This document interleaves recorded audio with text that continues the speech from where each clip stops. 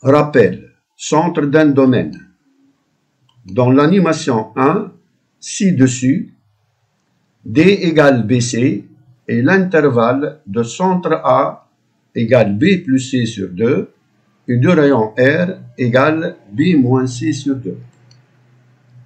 Les deux variables x égale A plus epsilon et x' égale A moins epsilon, où valeur absolue de epsilon est inférieure à R, sont symétriques par rapport à A et décrivent le domaine D. Dans l'animation 2, le domaine D est la réunion de deux intervalles symétriques par rapport au centre A.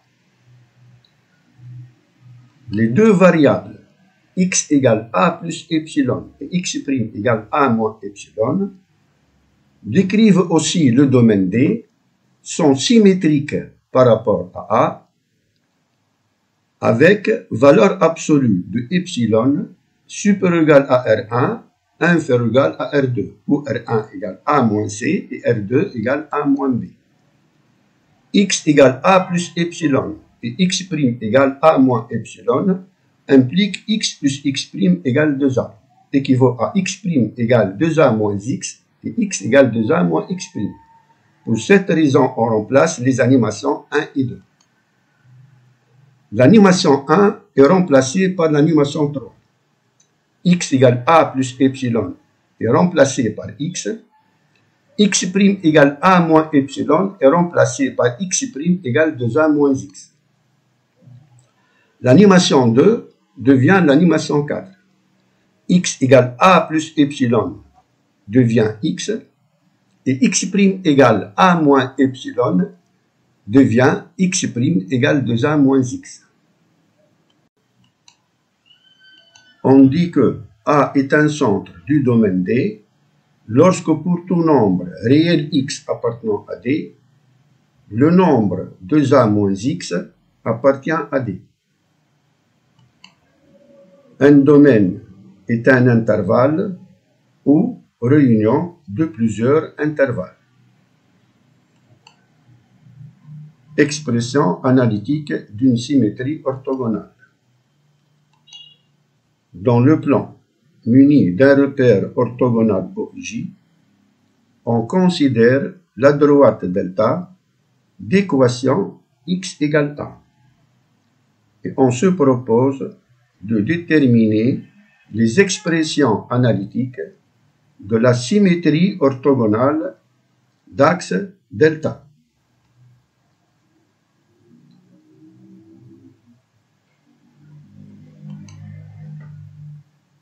S delta est une application de P dans P.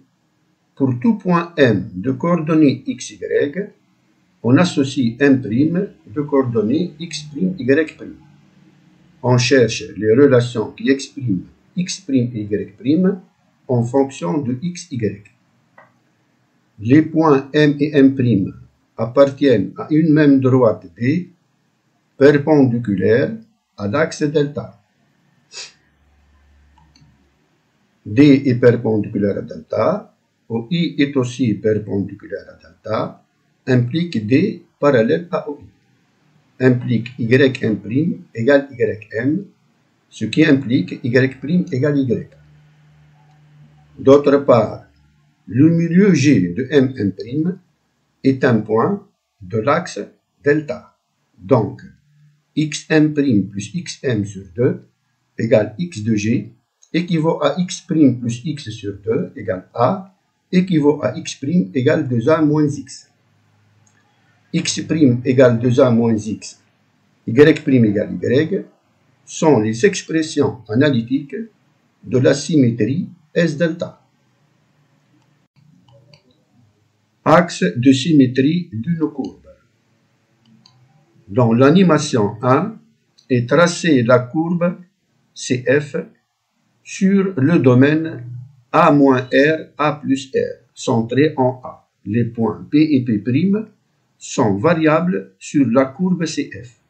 Leurs abscisses x et 2A moins x décrivent le même domaine df.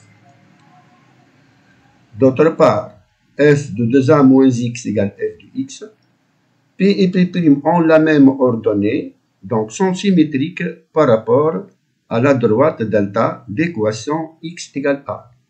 Donc delta est un axe de symétrie de la courbe CF. Dans l'animation 2, est tracée la courbe CG sur le domaine D, G égale R privé de bêta 2A moins bêta, centré en A. Les points M et M' sont variables sur la courbe CG. Leurs abscisses x 2A moins x décrivent le même domaine DG. D'autre part, G de 2A moins x égale G de x. M et M' ont la même ordonnée, donc sont symétriques par rapport à delta d'équation x égale a. Donc delta est un axe de symétrie de la courbe CG.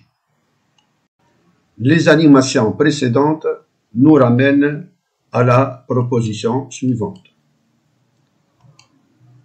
Soit C, la courbe représentative d'une fonction f dans un repère orthogonal OIJ, et delta, la droite d'équation x égale a.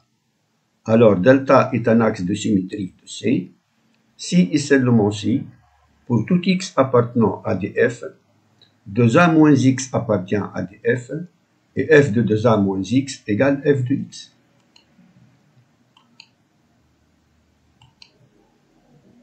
CF et CG sont globalement invariantes par la symétrie d'axe delta. S delta de CF égale CF et S delta de CG égale CG. Les asymptotes verticales de CG sont symétriques par rapport à delta. Donc S delta les transforme mutuellement l'une en l'autre. L'asymptote horizontale de CG est perpendiculaire à delta, donc elle est globalement invariante par S delta.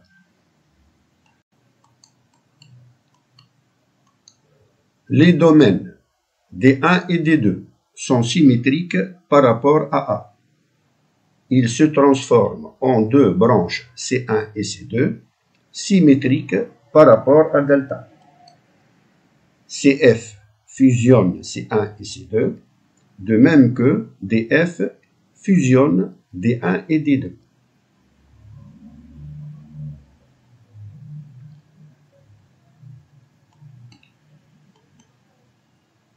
Les domaines bleu et vert sont symétriques par rapport au centre A. Ils se transforment en deux courbes C3 et C4 symétriques par rapport à delta. CG fusionne C3 et C4, de même que DG fusionne les domaines bleu et vert.